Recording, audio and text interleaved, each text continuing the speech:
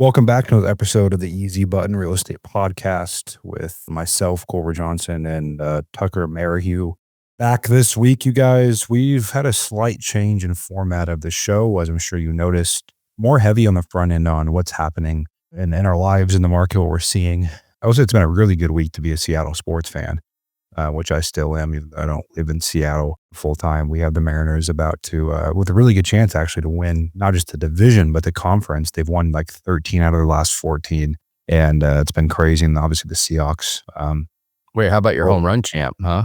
Yeah. Cal Raleigh. Yeah. He's the most boring MVP candidate I think that Major League Baseball has ever seen. Well, he's a catcher, which is the crappiest position on the field, right? My sister-in-law's younger sister, I think, had met him and his friends, and I think maybe dated him temporarily, and that kind of held up through that as well. I don't think he's the most exciting character in the world. But yeah, it's been cool. And the Seahawks steamrolled the Saints, and I'm actually jumping out Thursday morning to go to the Thursday night football game in Arizona. Seahawks at Cardinals like we did last year. It's a ton of fun to go to that. And yeah, it's a good time, man. Seattle sports doesn't typically give you blowouts or playoff baseball. So it should be a fun fall, winter here with both the Seahawks and the Mariners.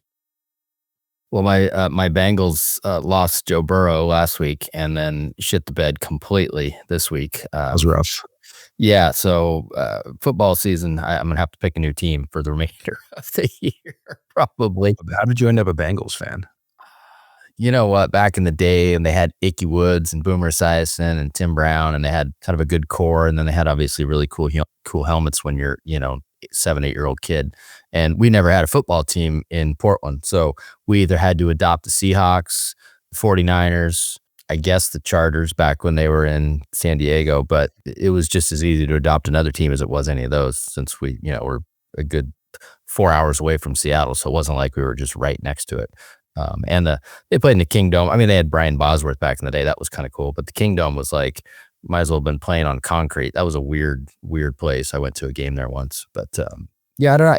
It just happened. So unfortunately now I've been a Bengals fan my whole life. Not a whole lot to root for most years, but it is what it is.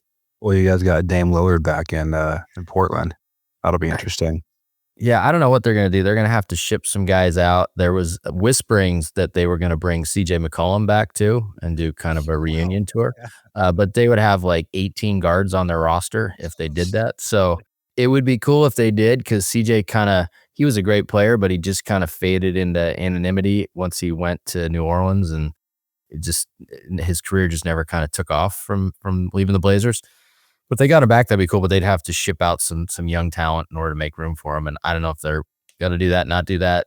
Fortunately, they're selling the team. And if that goes through, they'll have some new ownership and maybe some new direction. But, Blazers are probably my favorite sports franchise. But it was the only professional sports franchise we had in Portland too. So we didn't really have many choices. Yeah, in San Diego, we have season tickets to the Aztecs basketball. It's like the only, besides Padres, which I'm not really like a go watch baseball in person guy. So besides the Padres, the only sports you have here is the college basketball team, and every game's insane. It's sold out, and it's a ton of fun. Dude, I kind of ties into our episode today, but have you seen speaking on the sports topic, have you seen the Ryan Pineda's new M13 golf mastermind that he's repositioned himself? Now he's I think all of his attention's now on running a big golf mastermind for real estate entrepreneurs, and they sold like $500,000 of memberships in the first 30 days. Oh, geez. Does he do it with like purple hair too, or did he tone it down because he's selling golf guys now, and they're usually a little more prim and proper? They all got the same gear. I will say he does have a good pulse on what people will open their wallet for. Is what I'll say. He's never going to do the same thing year after year. Every year he was NFTs for 1 year, then it's e-commerce, and then it's back to real estate, and then it's now this. But he does have a good idea on how to get people to open the purse strings. But yeah, so what is a golf mastermind? You join the mastermind. They go to like, I'll actually pull it up. It's called M19 Golf. And I think it's like, is it like a men's group basically you're joining and you go play golf with each other? Yeah. So private mastermind for high level business leaders. you have to be a $1 million in annual revenue business or bigger, and or have 250K in annual personal income. Oh, so you get one golf session with Ryan. I don't know if that's per year. I'm guessing that's per year. So you got to go play with him in Vegas one time. You get an online community. You get member only tournaments and bucket list golf trips. I'm guessing you have to pay for all of those, but yeah. And so I think you go play. What was he charging people? I think a lot, dude, because I know they did like 4 or 5. He posted they did like 500 grand in revenue in their first month. So I think they're charging a lot.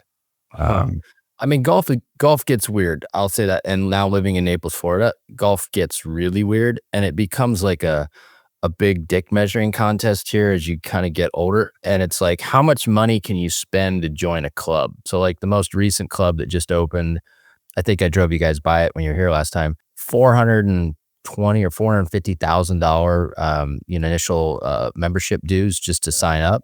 And my neighbor across the street, he's caddy master and runs all the caddies and does all that management for all the super wealthy members at this club called Calusa, which they consider themselves the best club here in Naples, but they're like $380 to join.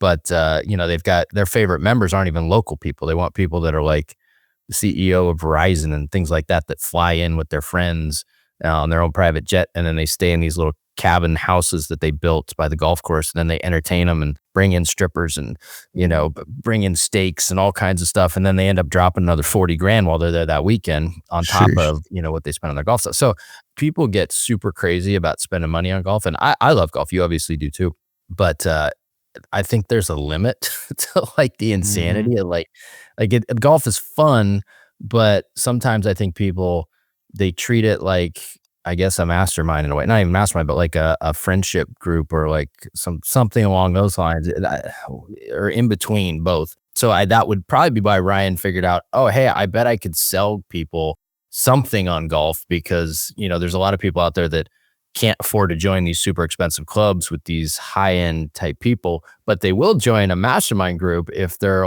business is only doing $1 million a year instead of like $1 billion a year, right? And so they kind of get the same experience, but it's way watered down. Have you heard the word like incel in relation to guys? Like every time I was at a school shoot, like, oh, it's another incel. So incel is like guys that just can't get laid.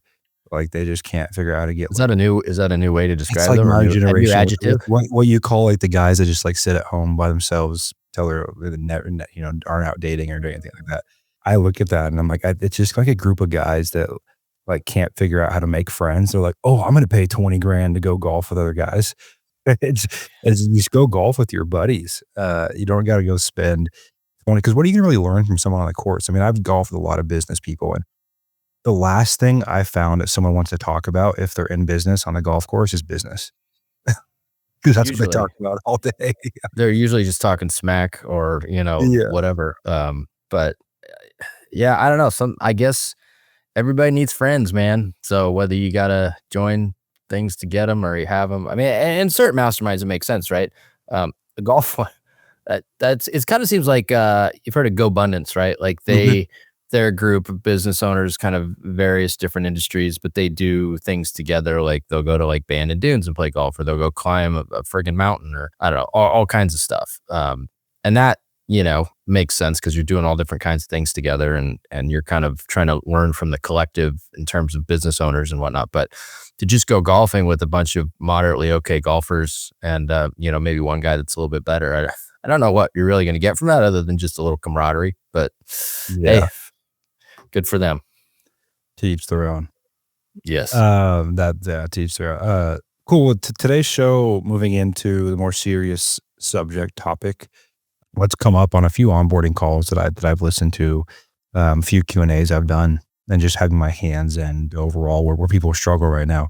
One of the topics we haven't covered on this show that a lot of people struggle with early on in their self-employed journey is kind of the work ethic, hustle porn, what it looks like to run your own business.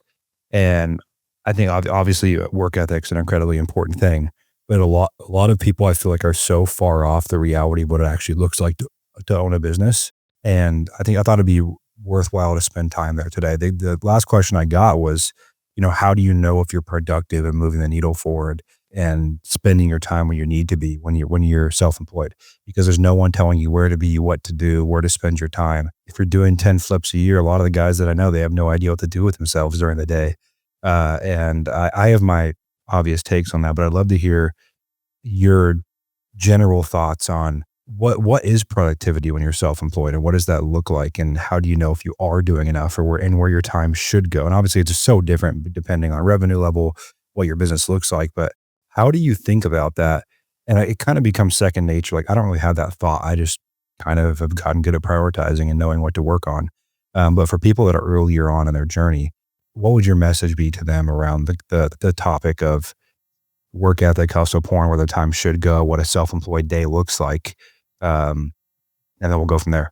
I mean, I guess I'll start it off with saying there's kind of like seasons to your life too, right? So like, remember Gary Vaynerchuk was big for a while. I mean, I think he probably still is. I found it humorous that he ultimately ended up divorced, right? With like a super young chick now with big old boobies. It's his new girlfriend. Yeah, it's a classic. You gotta seen that one go. It's the classic, like, and whatever, you got to be happy. So I'm not hating on that, but like, he was like, all work at all costs all the time. And like, my marriage works because that's just what I told her that it was going to be. And at the end of the day, like, there are chapters in your life or seasons in your life where you can work like a complete maniac, and not have your personal life kind of crumble around you. And then there comes a point where like, there's no such thing as balance, but like, you have to be present and willing to give something to that other part of your life as well, or have something left to give, because it's hard to give everything to work and then have leftover energy at the end of the day to give to your personal life. But with that said, at the beginning, you're going to be in that hustle culture mode when you start out your business. And most of the time you're going to be doing unproductive stuff because you're trying to figure out what the hell is productive and what actually moves the needle, which is totally fine. I don't see any, problem with that, because you're learning your business, right? You're learning how you, make payroll and make sure the money keeps coming in, and, or make it successful, whatever. But then as you get older, and I remember, I think I was probably 26, 25. And there were these two older developers in Portland that I got to know, and they weren't older. Like, one of them was like 34 and the other one was like 42. So now they're both younger than I am, but they seemed older to me at the time because I was 26. 42-year-old guys seemed ancient. So that's probably how I seem to you and other people. But honestly, no, I feel ancient. I think, yeah. But they were always like, hey, come meet us for lunch or whatever. And they'd just be hanging out, bullshitting in the middle of the day. And I was like, "Do you guys work? Like, what do you do? You doing here? I mean, it's fine, we can have lunch, but like, shit, let's call it and get back to our days." Right. And ultimately what I figured out is that they really knew what they needed to get done every day to kind of push the ball forward and continue to achieve their goals and their projects and the things that they want to do. And I mean, they were opening med spas, they were doing, giant apartment builds and condo conversions and building out neighborhoods and all kinds of stuff. Right. And so I think it was really eye-opening for me to see that, being that I was kind of on the front end of my hustle culture journey at that point, where like, I was just like, I gotta be in the office doing something, working, or doing something work related at all times. And to be able to see that at that age, kind of, I fought against it a little bit, but eventually it started to sink in, and I figured out, okay, you can kind of prioritize the things that ultimately are going to move the needle and bring in dollars, right? And so depending on what your role in the company is, and we'll relate this to obviously real estate business, but if you're like a solopreneur type, the thing that moves the needle is getting marketing out the door, talking to leads, setting appointments, going and seeing people, right? So like, however you organize that throughout your day and throughout your week, those are the things that are going to move the needle the most. So I guess I'll start there. I'll kick it back over to you, but that's kind of my initial take and some of the things that I thought were worth mentioning. Yeah, I think one of the stories that's helped me conceptualize this to people as I answer is, there's a guy that's blown up, Dan Martell, who is kind of more in the software space, but in his early 20s, throughout his 20s, through his late 20s, built his first software company. And as he was turning 30, he sold it. And he sold it for a big number. I think he took home 10, 15 million himself. And he was engaged at the time. And the day that they sold, he came home to his house and with his fiance. And there was a note on the counter and she had left. And obviously he was working 18, 20 hours a day, didn't really know how to work. And he called her up and said, "What is this?" And she said, I just, this is just too much for me. And he said, "What do you mean? Like, we just sold, everything's great." And she goes, "Yeah, but I never asked for any of that." So I think when you bring in wives and significant others and kids and all those things, that, like you said, there's seasons and it changes, and it changes dramatically. I spoke to a group. Cam Cathcart's the guy's name. He's partners with Brandon Turner on the Better Life podcast, and I spoke to their group, and he just had twins after already having 2 or 3 kids under 5, and he was like, "I thought I knew what it meant to like prioritize," and he's like, "I had no idea." He's like, "I have from 6 a.m. to 10 a.m. and then I have from 8 p.m. to 11 p.m. and if I can't get something done in those windows, nothing gets done." So I think what you said, the lunch with the guys, and I think once you separate your identity from hustle, because I think, like, I was an athlete, I got my identity from how many hours I was in the gym and how much work I was putting in. And I think that if you're like a type A entrepreneur, we all go to bed at the end of the day like, did I push the ball forward enough? And if we didn't, no matter how much money we made that week, it's funny, like the big moments, the big wins, you don't even really process when you have that brain. You're just on to the next thing you can push forward. But I think as your career goes on, you can separate yourself from that identity, hopefully. And a lot of the people that run a business are former alcoholics or former whatever it may be, and now their new addiction is work, and that's what keeps them out of trouble. And I think that's a great thing. Like, there's a lot of people I know that if they didn't have business to work on all day, they'd be doing not very great things, and they can't control their free time. Like, they don't know how to handle themselves. So I don't think it's a bad thing. I think it's a good coping mechanism for a lot of people, but I think it can get you in trouble. And what I found for myself is I just try to have the first 4 or 5 hours of my day go towards my number one priority, whatever that is. And an example of that is, instead of a bunch of busy work, a lot of times that's one hire. Example of that is Mohammed, who's our, president of operations. We could have gone and built the call center like we tried to do and done all the work, paid for the equipment, hired the management staff, hired the agents, recruited, built the team. Instead, we just made one hire and he went and did all of that. And that's an example of leverage. And so I think a lot of the work people need to do is more on prioritization and what is the biggest thing that you can do that's going to move the needle the furthest, and I think if you just spent 4 or 5 hours a day on that, you'd move the ball a lot more forward than the real estate agent that's in their car 15 hours a day driving around, or the investor that thinks they're busy, but is really just tinkering with stuff at the office all day. That's how I think about it at this point in my very early career, I guess, 8, 9, 10 years in, but early relative to age, how I think about productivity and work. And I think for a lot of people, the busyness and hustle is a distraction from their life. And I think if you don't uncouple those things, every peak in business, you're going to feel like you're the king of the world, and every valley in business, you're going to get to a pretty dark place. Yeah. I mean, at this point, those are all really good points. Fortunately, I get to live in Naples, Florida now. When I lived in Portland, Oregon, there's 8 months out of the year where it's dog shit weather outside. So it's hard to like prioritize being super productive in the office all the time and then getting out of the office to go do something else, right? Whether, check out our projects, shit that has to get done, whatever it is, right? So like now, because it's always so nice out here, I'm usually, when I'm in the office, like we've got our meetings for the company, we do our recordings here. But when I'm here, like I try and cram in like 3 hours worth of work in an hour, right? Or an hour and a half. Like how quickly can I condense the work, do it right, do it well, but not elongate it, right? Because you can elongate like work. You can just kind of dilly fart around. You can scroll through social media, whatever, right? And especially if you're, if you have other people in the office, there's other people that dilly fart around too. And then they'll come yak your ear off. And before you know it, you just burn 45 minutes talking about something, right? Whatever. Yep. Not even important. So I think, if you spend, whether it be the first part of your day, middle, last part, whatever it is that you have available, and you really just try and be as productive as you can when you kind of put on that work hat, the things that have to get done and those priorities that need to be addressed on any given day, you'll be amazed how quickly you can condense a lot of that work. Now, you may have other parts that you have to do later, here or there, whatever. Take call, return email, text message, things like that.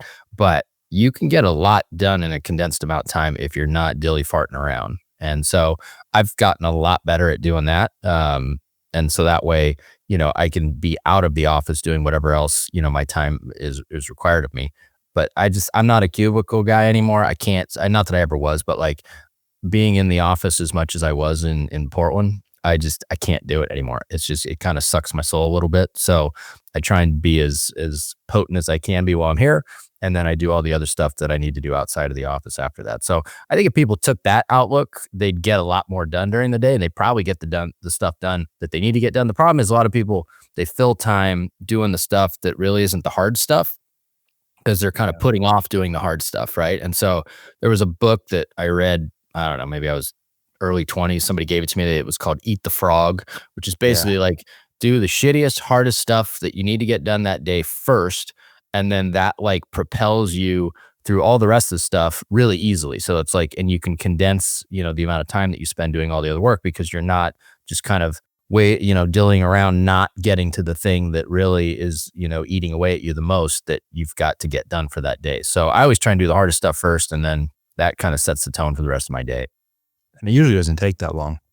No, not at all. You spend more time thinking about it than it does to just do it, Yeah, the one thing I'll add to kind of tie a bow on the topic on my end as we head towards the end of the show is, one of the things that you told me when I was single is, you said, I remember vividly, you said, you need to marry someone who was raised in a business environment, whose parents were in business, if you're going to want to be in business. And I did that. And I can't recommend enough, if you guys aren't already married and you guys are looking for that, that partner out in the world, and you're going to be self-employed, looking for someone who's been in that world or around that world and understands what that looks like is, I think that's some of the best advice I ever received personally. I could be at the office 20 hours a day and there's no and I'm not like, that's not who I am. I mix up my work days. So I'm usually in the office till 5 or 6, and I enjoy it. I'm very active with our team. I love that. I love being on with them, pushing things forward. And then I get home at 6:30, 7, have dinner, watch a show, and then I work in the evenings more. But if I wouldn't have married someone who's used to that, my daily workflow makes no sense to most people. Yeah. And that's honestly the thing that takes down, I probably told you this too, it takes down entrepreneurs more than anything else, is you marry the wrong person, right? And so usually there can be 2 buckets though. I probably didn't tell you the worst bucket, but if you marry somebody that's broke, they'll usually put up with your shit too. That's just the way it works. But I would more suggest, if you just find like a good significant other that's from a family of, entrepreneurs, they don't have to be super successful. They understand, they've seen it, they've watched it. And they don't hold that against, anybody. They understand it's door number 2, and door number 2 is very different than door number 1. And, cause if you get a spouse that's just been, all they've seen is door number 1 their whole life, that's going to be a problem. It's going to be a problem. Not 100% of the time, but I would say the vast majority of the time, it's going to be a problem. And that's, if you choose this life, like, you got to really think about who you're choosing, to share that life with. And that's, otherwise you're going to end up giving most of it away, and you're going to have to hit the reset button. And that's, shit, that happens, 55% of the time, 60% of the time, probably higher if you looked at the statistics on like entrepreneurs' marriages versus just like everybody. Right. So yeah, just like there was one poll that 76% of active and their poll, business owners who made their money self-employed, 76% had a diagnosed mental health condition.